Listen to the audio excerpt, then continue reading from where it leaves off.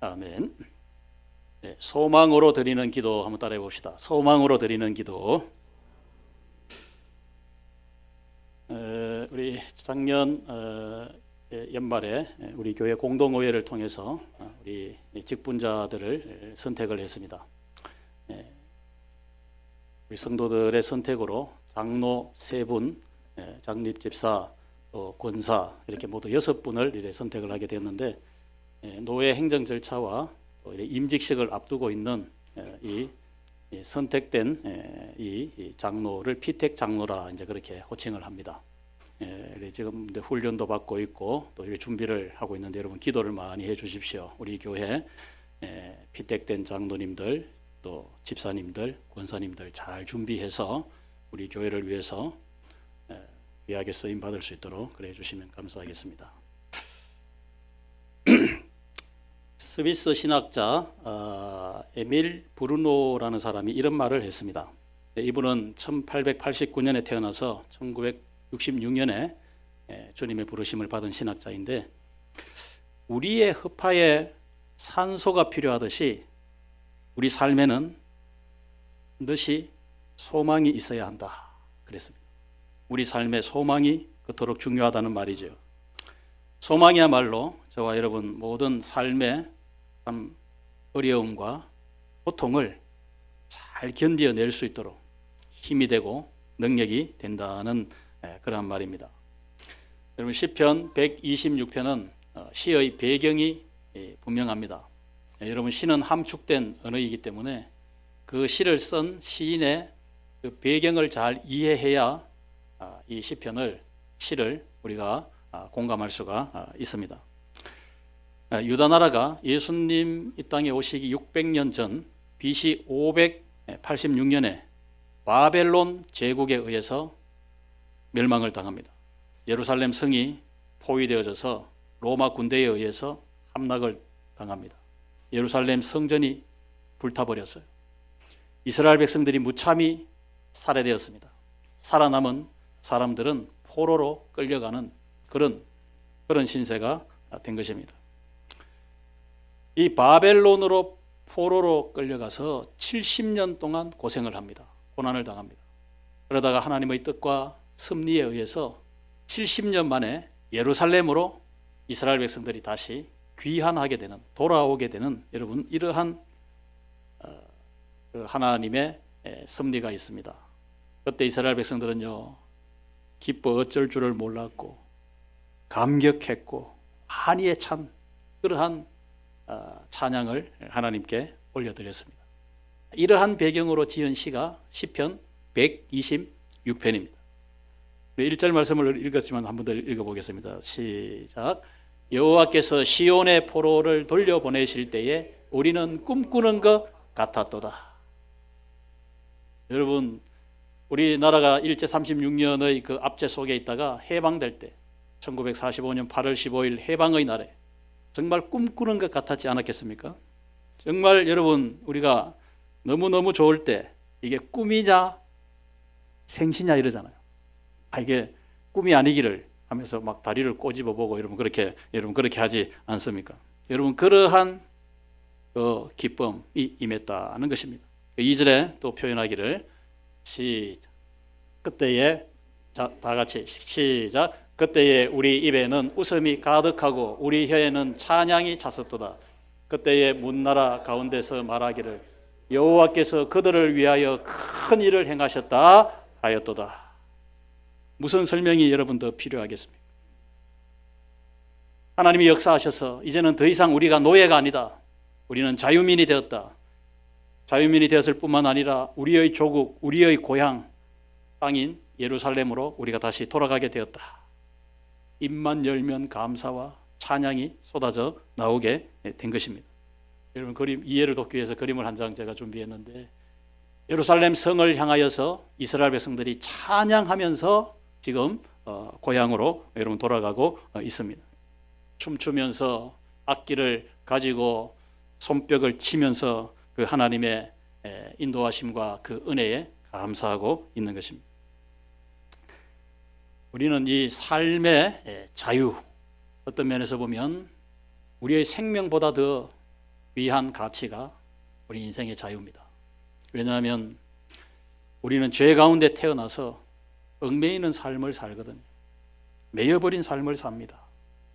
어떤 면에서 보면 우리가 이스라엘 백성들처럼 바벨론의 포로로 끌려가지는 않았습니다만은 우리를 얽어매는 것이 많이 있습니다. 우리는 건강하게 튼튼한 몸을 가지고 자유롭게 살고 싶지만 질병이라는 것이 여러분 찾아오게 되면 우리는 자유롭지 못합니다. 내 몸도 내 마음도 매이는 거예요. 가난이라는 거 여러분 내 삶을 제한해 버립니다. 하고 싶은 일 못하게 되는 일들이 많지요. 영적인 의미에서 보면 하나님 앞에서 바르게 살지 못하고 내가 죄 가운데 빠지게 되면 죄책감이라는 것이 나를 억누르기 때문에 죄의 포로가 됩니다. 그 마음에 기쁨과 평안과 자유함이 없습니다. 얽매이지 않는 삶. 여러분 자유로운 삶을 하나님이 허락해 주신 것을 여러분 항상 기뻐하고 감사할 수 있는 저와 여러분 되시기를 바랍니다. 이스라엘 백성들이 찬양했던 내용 끝절에 보시면 여호와께서 우리를 위하여 큰 일을 행하셨으니 시작 여호와께서 우리를 위하여 큰 일을 행하셨으니 우리는 기쁘도다. 기쁘도다. 여러분 기쁨을 표현해야 됩니다. 우리 그리스도인들은 나를 위해서 큰 일을 행하신 하나님, 이스라엘 백성들에게는 지금 시편 126편의 배경이 되는 바벨론 포로 생활에서 건져주신, 해방시켜주신 일, 여러분 이것이 큰 일입니다. 저와 여러분에게 큰 일은 우리를 부르셔서 예수님을 믿게 하시고 하나님의 자녀가 되게 하신 이 구원하신 일, 여러분 이보다 더 큰 일은 없습니다. 이것 때문에 우리는 기쁘도다. 기쁘도다. 그리고 4절에 보면 기도가 나오거든요. 이 기도가 소중한 그 기도인데 시작 여호와여 우리의 포로를 남방 시내들 같이 돌려 보내소서. 아직도 바벨론에 남아있는 가족들, 형제들 예루살렘으로 다 돌아오지 못한 그러한 가족들을 생각하면서 우리의 포로라 이렇게 말하고 있습니다. 남방 시내들 같이 돌려보내소서. 이것은 이스라엘에 대한 이해가 조금 필요한 표현입니다. 남방이라는 말은 이스라엘 남쪽, 남방. 이스라엘 남쪽은 사막 지역입니다. 네게브 사막. 네게브라는 이 히브리 단어가 아주 메마르다는 그런 뜻이에요. 사막은 메마른 곳입니다. 비가 거의 내리지 않는 그 땅인데, 자, 여름에 건기 때, 비가 오지 않는 그 건기 때는요, 정말 사막의 그 열기 때문에 사막의 그 뜨거운 그 모래바람, 정말 견디기 어려운 정말 죽음의 땅이라고 불릴 수 있는 여러분 그러한 사막 지역입니다. 그러나 여름의 그 건기가 이제 끝나고 겨울에 우리와 이제 좀 계절이 반대예요. 겨울이 되면 비가 내리는 계절이 있습니다. 겨울의 그 우기에 하늘에서 소낙비같이 비가 네게브 땅에, 네게브 그 메마른 사막에 쏟아졌을 때 여러분 그때요, 평상시에는 메말라 있던 그 강이 갑자기 쏟아지는 그 소낙비 때문에 강물이 여러분 저 상류에서부터 막 굽이쳐 내려오는 것이 실제적으로 눈에 보여요. 정말 손살같이 달려온다는 표현이 있는데 여러분 이 강물의 이 속도가 너무너무 빠릅니다. 피하기가 어려울 정도로.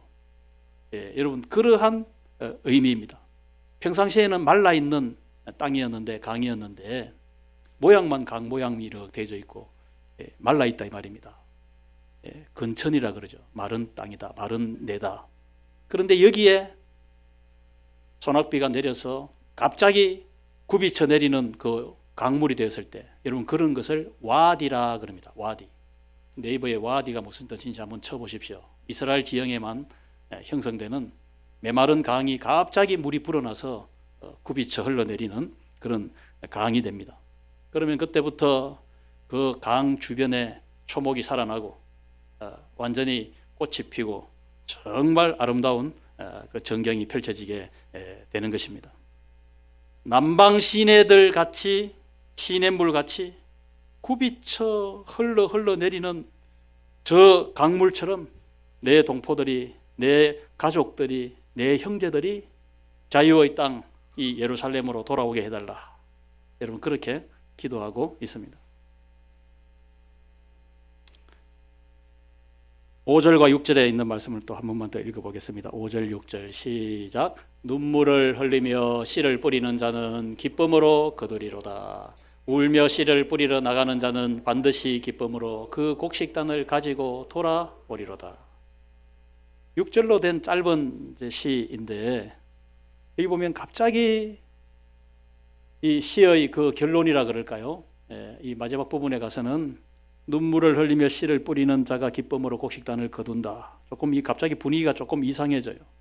포로에서 돌아와서 막 어찌할 수 없는 그 감격과 감사, 환희, 기쁨을 노래하다가 갑자기 울며 씨를 뿌려야 된다는 어떤 하나의 그 결심, 하나의 그 사명을 이렇게 여기에 표현하고 있습니다. 여러분 여기에 5절과 6절에 눈물을 흘리며 씨를 뿌리는 자가 기쁨으로 거둔다. 여러분 이 말씀 속에 이 시편 126편의 그 귀중한 교훈이 이 속에 여러분 들어 있다는 사실입니다. 눈물과 기쁨 반대되는 개념 같지만 여러분 사람들이 기쁨은 좋아하지만 누가 눈물 흘리는 것을 좋아할까요? 그렇지 않습니다. 정비례합니다. 진정 내 삶에 하나님 앞에서 흘리는 눈물이 있는 사람은 내 마음에 내 영혼에 참된 기쁨을 저와 여러분이 경험하게 됩니다. 오늘날 여러분 죄를 회개하는 여러분 눈물의 회개가 필요한데 죄를 애통해하고 가슴 아파하는 여러분 그런 것이 너무 무디어져 있는 모습 생각하지 않습니까? 내 자녀들을 좀 잘 키워보겠다. 굉장한 마음에 그러한 소원을 가지고 있지만 자녀들을 위해서 눈물로 기도하는 어머니들은 그렇게 많지 않습니다.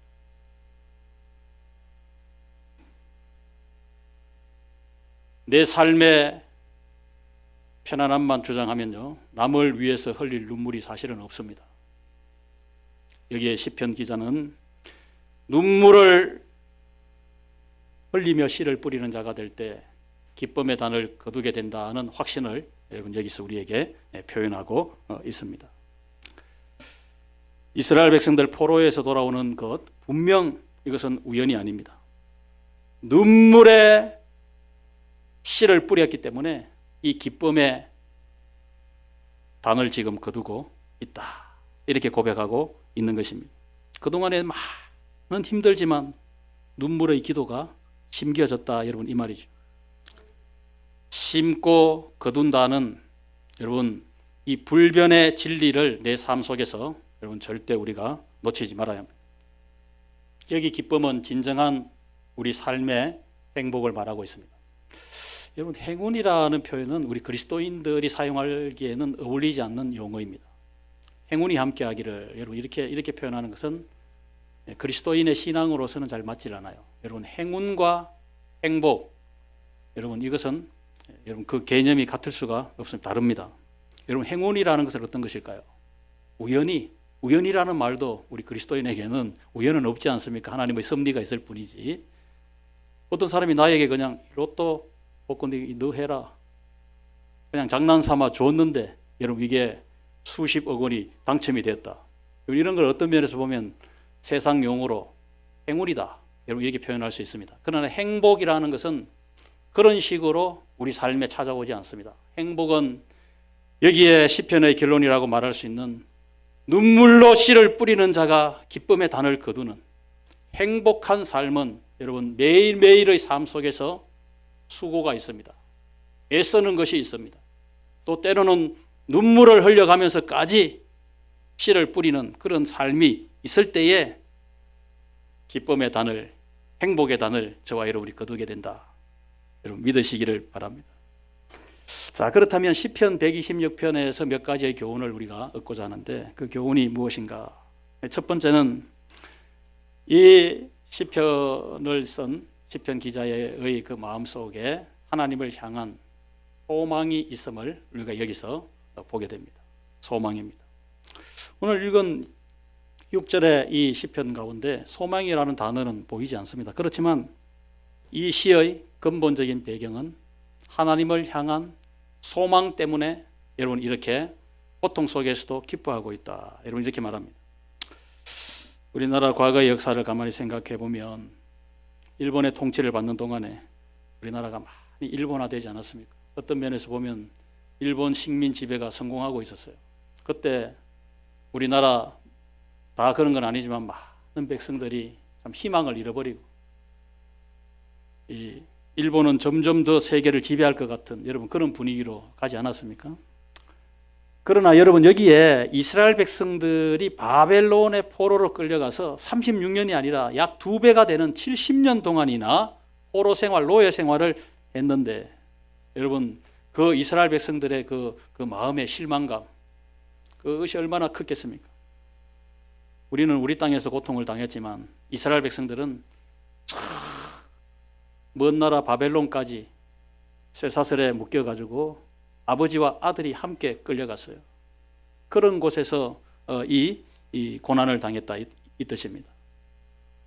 어떻게 70년 동안이나 인내할 수 있었을까? 바로 소망이 있었기 때문이라. 소망이 있었기 때문에 우리는 다시 언젠가 약속의 땅으로 조국으로 예루살렘 성전이 있는 그곳으로 우리가 다시 돌아갈 수 있다는 그 소망을 놓지 않았다는 것입니다. 여러분 구약의 이스라엘 백성들의 역사를 가만히 보면 이 소망으로 이루어져 있는 것을 보게 됩니다. 야곱의 여러분 자녀들 모두 70명이 야곱이 사랑했던 그 아들 요셉이 있는 애굽 땅으로 건너가지 않습니까? 애굽의 고센 지역에 애굽 왕 바로의 초청을 받아가지고 요셉의 참 그 봉양을 받으면서 야곱의 가족들이 거기서 번성하기 시작합니다. 여러분 그것이 이스라엘 백성들이 거기서 이제 한 민족으로 성장하게 되는데 그때 한 세대가 죽고 또 다음 세대가 또 생활하고 그렇게 하다가 이스라엘 백성들이 그 요셉이 죽고 난 이후에 번성하게 되니까 더욱 번성하게 되니까 나중에는 여러분이 잘 아시는 대로 애굽 왕 바로가 이스라엘 백성들을 경계하고 나중에는 학대하기 시작하지 않습니까? 그렇게 해서 이스라엘 백성들이 애굽 땅에 430년 동안 고생하게 됩니다. 430년 동안.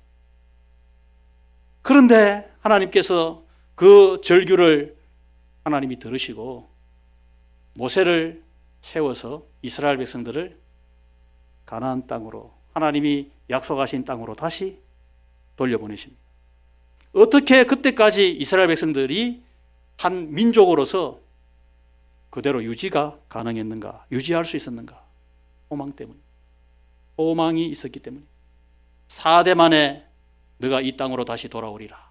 아브라함에게 주셨던 그 약속을 마음에 새기고 있었기 때문에 이스라엘 백성들이 흩어지지 않고 돌아오게 되었다는 것입니다. 이스라엘의 역사가 그 사실을 증거하고 있습니다. AD 70년에 여러분 예수님이 예루살렘 성을 보시면서 우신 적도 있습니다만 예루살렘 성이 로마 군대에 의해서 예루살렘 성이 이제 멸망을 당합니다. 돌 위에 돌 하나도 남지 않도록 그렇게 이 무참히 이 성전이 불타버리고 예루살렘 성은 회파가 됩니다. 그때 대부분 이스라엘 백성들 다 살해를 당했어요. 아까 말씀드린 대로 살아있는 사람들은 다 노예로 끌려갔습니다. 그때부터 여러분 디아스포라 흩어진 이 이스라엘 백성들 세계 전역에 유럽으로 아시아 지역으로 흩어져서 나라 없는 그런 참 서러움과 핍박 속에 무려 여러분 약 2000년의 세월 이스라엘 나라가 언제 나라로 다시 건국이 됩니까? 1948년 5월 14일인데 데이빗 벤 구리온이라는 훌륭한 이스라엘의 지도자, 이 사람이 초대 수상이 되는데요. 이스라엘 백성들이 존경하는 정치가입니다. 예루살렘에 다시 모여서 그 시온주의라는 것이 있지 않습니까? 이 다시 나라를 건설하는데 이스라엘 백성들의 힘을 모아가지고 이 나라의 독립을 여러분 선포합니다. 이것이 여러분 약 1900여 년 동안 나라 없이 떠돌이 생활을 하면서 이스라엘 그 민족이 살아있었다 이 말입니다.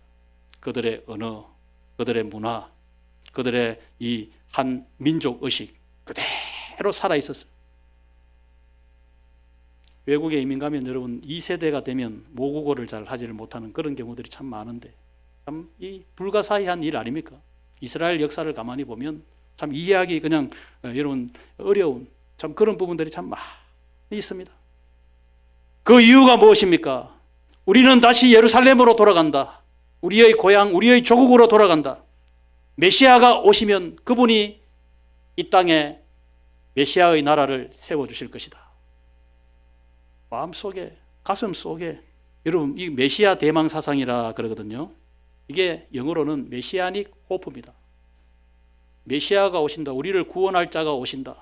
이사야 선지자의 입을 통해서 또 많은 구약의 선지자를 통하여서 예수님이 오신다는 여러분 그 약속을 믿고 여러분 있었다라는 사실입니다.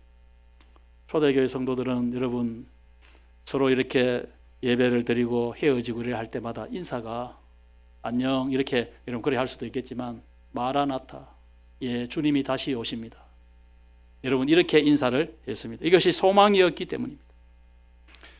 여러분 저와 여러분의 소망은 무엇입니까? 좀 돈이나 많이 벌어서 좀 매이지 않는 생활을 해봤으면 좋겠다. 아니면 참 내 고통스러운 내 이 질병이 빨리 나아서 건강해졌으면 좋겠다. 또 좀 한번 남들보다 좀 한번 더 잘 한번 살아봤으면 좋겠다. 여러분 이런 많은 소원들이 있을 것입니다. 여러분 희망과 소망은 여러분 같지 않습니다. 행운과 행복이 아까 다르다고 말했는 것처럼 내 삶의 희망사항과 내 삶의 소망이 무엇이냐라고 묻는다면 여러분 이것은 같지 않아요. 희망사항은 말 그대로 내가 바라는 겁니다. 내가 바라는 것. 아까 말씀드린 대로 부자가 되었으면 좋겠다. 성공했으면 좋겠다. 여러분 돈 많이 벌었으면 좋겠다. 이 내 소원이에요. 그러나 희망은 이 소망은 다른 것입니다. 소망은 내가 원하는 그러한 기대가 아닙니다. 소망은 오직 하나님의 약속을 근거한 나의 기대입니다. 하나님의 약속이 소망의 근거가 된다는 것입니다. 저와 여러분이 붙들고 살아야 하는 것은 소망입니다. 여러분 성경에는 하나님의 축복의 약속이 창세기부터 요한계시록까지 약 한 8천여 개의 하나님의 약속이 있습니다. 하나님의 입에서 나온 하나님의 약속이 저와 여러분에게는 그 하나님의 약속이기 때문에 나에게 소망이 된다. 여러분 믿으시기를 바랍니다. 하나님은 여러분 믿음의 사람들에게 이 소망을 주셨어요. 아브라함에게 소망을 주셨잖아요. 너는 복의 근원이 된다. 너의 후손을 통하여서 만민이 복을 받게 된다. 여러분 이 소망을 주셨어요. 요셉에게도 너는 형제들 중에 형제들을 이끄는 리더가 된다. 지도자가 된다 이 뜻이에요. 이 소망을 주셨잖아요. 모세에게 너는 민족을 너희 이 동족들을 이끄는 그래서 구원하는 그러한 사람이 된다. 그 소망을 준 거예요. 여러분 예수님도 제자들에게 내가 한 일과 같이 너희들도 하게 될 것이다. 나를 믿는 자는 나의 일을 저도 할 것이요. 놀라운 소망을 주셨습니다. 희망은 나의 소원이기 때문에 이루어진다는 보장이 사실은 없습니다. 그냥 나의 기대일 뿐이에요. 그렇지만 저와 여러분이 하나님의 약속에 근거한 우리의 소망은 반드시 이루어진다는 사실을 저와 여러분이 믿고 살아갈 수가 있습니다. 우리의 소망이 어떤 것이 되어야 합니까? 내 가정을 생각해 보면 내 가족들이 아직도 신앙생활을 제대로 하지 못해서 믿지 않는 남편 때문에 또 순종하지 못하고 있는 자녀들 때문에 마음이 힘든 그런 성도들이 계실 겁니다. 그렇지만 여러분 소망을 가지시기 바랍니다. 내가 사랑하는 남편과 이 자녀들과 함께 한 자리에 앉아서 예배하는 날이 오게 될 것이다. 여러분 이것은 희망이 아니라 소망이 되어줄 수 있어요. 왜 그렇습니까? 하나님의 약속을 여러분 붙드시면 됩니다. 하나님의 약속 가운데 사도행전 16장 31절에 있는 말씀, 여러분이 잘 아시는 말씀인데 시작. 이르되 주 예수를 믿으라. 그리하면 너와 내 집이 구원을 받으리라. 예수님을 내가 믿을 때 너와 내 집이, 집이라는 말이 뭡니까? 가족입니다. 너희 가족이 구원을 받으리라. 하나님의 방법이기 때문에 하나님께서 이루어 주실 줄로 믿습니다. 하나님의 약속에 근거한 소망이 우리에게 진정한 소망이 되어야 합니다. 하나님의 약속을 붙드는 사람, 그 소망을 가진 사람이 해야 할 일이 있는데 그것은 울며 씨를 뿌려야 된다는 것입니다. 울며 씨를 뿌려야 된다. 이스라엘 백성들, 이제 우리가 하나님의 약속대로 저 예루살렘으로 언젠가 다시 돌아가게 될 것이다. 그 약속만 바라보고 그냥 아무 일도 하지 않고 그냥 그대로 있었는가? 그게 아닙니다. 바벨론 강가에 모여서 그날이 언제이옵나이까? 하나님, 빨리 우리 조국으로, 고향으로, 예루살렘으로, 성전으로 돌아가서 하나님을 자유롭게 예배하는 날이 빨리 오게 해 주십시오. 모여서 하나님께 기도했다. 울며 기도했다. 여러분, 시편 137편도 배경이 있는 그러한 시편인데, 바벨론 포로 생활하면서 지은 시가 시편 137편인데 시편 137편 1절에 여러분 바로 그 내용이 바로 그대로 구체적으로 여러분 나옵니다. 시편 137편 1절 보시면 우리가 바벨론 여러 강변 거기에 앉아서 시온을 기억하며 울었도다. 그래서 이스라엘 백성들 얼마나 바벨론에서 참 핍박을 당하고 서러웠으면 그 바벨론 강가에 가족들이 모여서 참 그 아브라함의 약속을 다시 기억하면서 거기서 울면서 서로 기도하였다. 그랬습니다. 조국을 생각하면서, 고향 땅을 생각하면서 아마 회개의 기도를 했을 거예요. 우리 조상들 때부터 하나님의 말씀을 순종하지 못하고 불순종했고 우상을 따라 살았고 그래서 하나님의 진노가 우리에게 임하셨다. 하나님 용서해달라. 여러분 그런 기도했을 것입니다. 그때 그 기도를 그냥 한 기도가 아니라 눈물로 기도했습니다. 지금은 여러분 우리가 부활절을 2주간 앞둔 이제 참 사순절, 예수님의 고난을 우리가 묵상하는 사순절 기간인데 요한복음 20장에 보면 여러분 부활하신 예수님을 최초로 가장 먼저 만난 사람이 여러분 나오는데 누굽니까? 막달라 마리아예요. 7 귀신이 들렸던 여자였다. 여러분 귀신이 7 귀신이 들렸다. 이 말은 한 인간으로서 삶이 완전히 무너져 내렸다. 처참한 비참한 그런 인생을 살아가고 있던 삶이 이 막달라 마리아예요.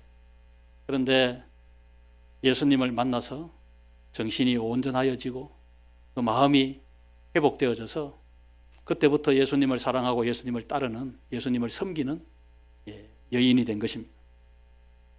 예수님이 십자가에 못 박혀 죽으셨다가 안식일이 지난 새벽에 예수님이 부활하신 그날 새벽에 예수님의 무덤에 갔어요. 왜? 예수님 몸에 향료를 발라드리기 위해서. 예수님의 시신을 찾아갔는데 예수님을 만나지 못하지 않습니까?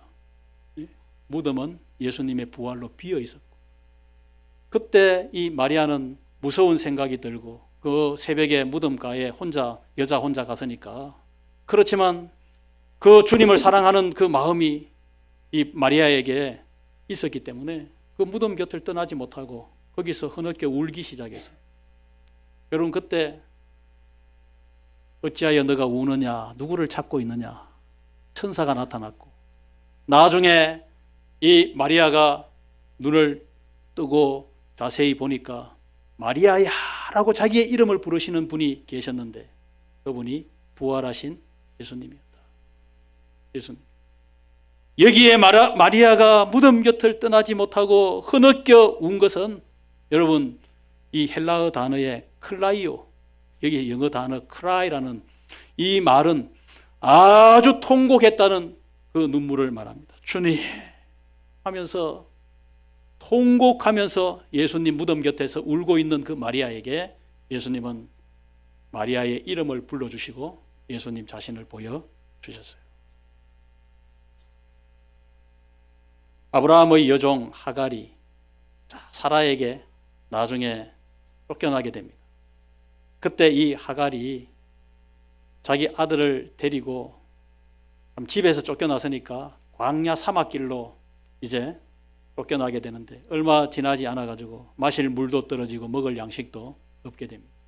그때 하갈이 여호와 이름을 부르면서 울기 시작했습니다. 눈물로 기도했습니다. 그때 하나님의 천사가 하갈에게 마실 물을 찾을 수 있도록 안내를 하고 인도해 주었다 그랬어요. 히스기야 왕이 죽을 병에 걸려서 이제 곧 죽는다라는 선지자의 말을 들었을 때 하나님 내 생명을 살려주십시오. 통곡하며 하나님께 기도했습니다. 여러분, 이 몇 가지의 예들이 뭡니까? 하나님 자녀들이 하나님 앞에서 눈물로 기도할 때 하나님은 반드시 함께 하신다. 믿으시기를 바랍니다. 이번 특별 새벽기도 2주간 좀 우리의 삶에 하나님 이 마리아와 같이 이 하갈의 그 참 간절한 그 울음소리와 같이 내 가정과 내 자녀와 내 삶을 위한 이런 울음이 다시 한번 회복되는 여러분 그런 우리 기도회가 되었으면 참 좋겠습니다.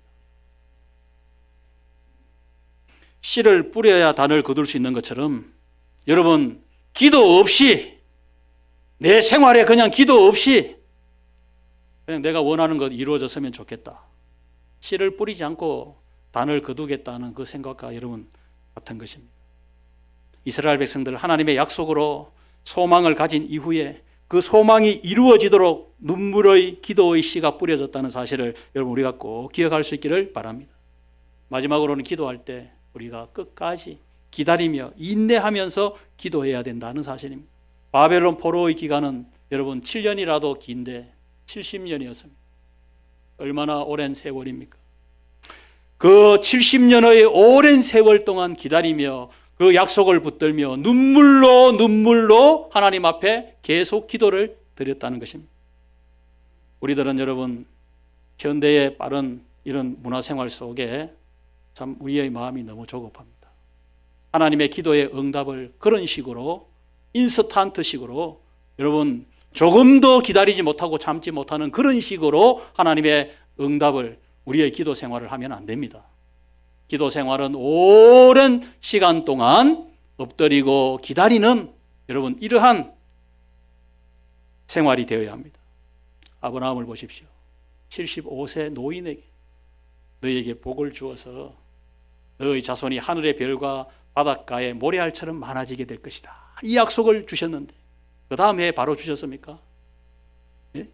5년 뒤에 주셨습니까?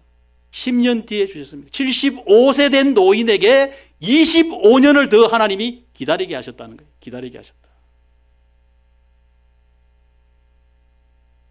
마지막을 볼 줄 아는 눈이 신앙의 눈입니다. 마지막을 보는 그 눈으로 지금의 내 삶의 어려움과 답답함과 고통을 인내하는 여러분 이것이 우리 신앙생활의 여러분 본질입니다. 주님 앞에 다시 서게 될 날을 보지 못하는 사람은 현재의 삶이 그냥 끝인 줄로 여러분 그렇게 생각합니다. 추수는 반드시 추수 때에 할 수 있습니다.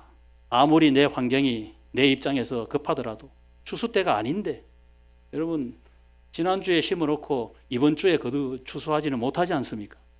이 추수 때라는 말은 하나님이 정하신 때를 말씀합니다. 하나님이 정하신 때. 하나님께서 주시기로 정해놓으신 그때가 추수 때입니다. 그때까지 기다려야 합니다. 여러분 내 가정의 문제, 내 자녀의 문제, 내 삶의 문제를 가지고 몇 년 동안 계속 하나님께 매달려 기도할 수 있습니다. 자녀를 위해서 평생토록 눈물로 기도한 어머니들이 얼마나 많습니까? 여러분 여기에 기도에 중요한 의미가 있습니다. 우리는 답답한 것 같고 빨리 이루어졌으면 좋겠다 하지만 하나님의 때가 있다는 사실이고 하나님께서 그 때까지 기다리게 하시는 인내하게 하시는 그 하나님의 경륜이 있습니다. 하나님의 뜻이 있습니다. 계속해서 하나님께 계속 기도하다 보면 여러분 처음에는 그렇게 생각하지 못했지만 계속 기도의 자리로 나아가다 보면 나 자신의 삶을 먼저 돌아보게 됩니다. 하나님, 내 삶에 왜 이런 고통이 왔는지 나 자신을 돌아볼 수 있는 여러분 그런 나 자신을 회개하는 자리로 나아가게 됩니다. 또 계속해서 기다리게 하며 기도하면 동안 내 교만한 마음의 자세가 낮아지게 되고 겸손한 사람으로 나 자신도 모르게 변화되게 됩니다. 계속적으로 기도하면서 아하, 내 이 얄팍한 경험으로 내 별것 아닌 그 지식으로 되는 게 아니구나. 인생 경험으로 되는 게 아니구나. 오직 하나님의 은혜로 되는 것이구나. 오늘 우리 집사님 대표로 기도하셨는데 하나님의 은혜가 아니고는 아무것도 아니구나. 이것을 내 삶 속에 내가 깨닫게 된다. 계속해서 기도하는 동안에 여러분 내 환경이 변화되기 전에 기도하는 나 자신이 변화받는 여러분 이러한 놀라운 은혜가 있게 되는 것입니다. 우리에게 소망을 주신 하나님, 하나님은 많은 축복의 약속들로 우리에게 이미 우리에게 소망의 근거가 되는 하나님의 약속을 주셨어요. 내 소원을 가지기 전에 하나님의 약속을 근거로 한 그 소망을 붙들고 그 하나님의 약속이 내 삶 속에 이루어지기를 계속해서 기다리며 기도할 때 눈물로 씨를 뿌리는 자가 기쁨으로 단을 거둔다는 그 확신 속에 여러분 살아갈 수 있는 저와 여러분 우리 모두가 다 되어지시기를 주의 이름으로 축복합니다. 아멘.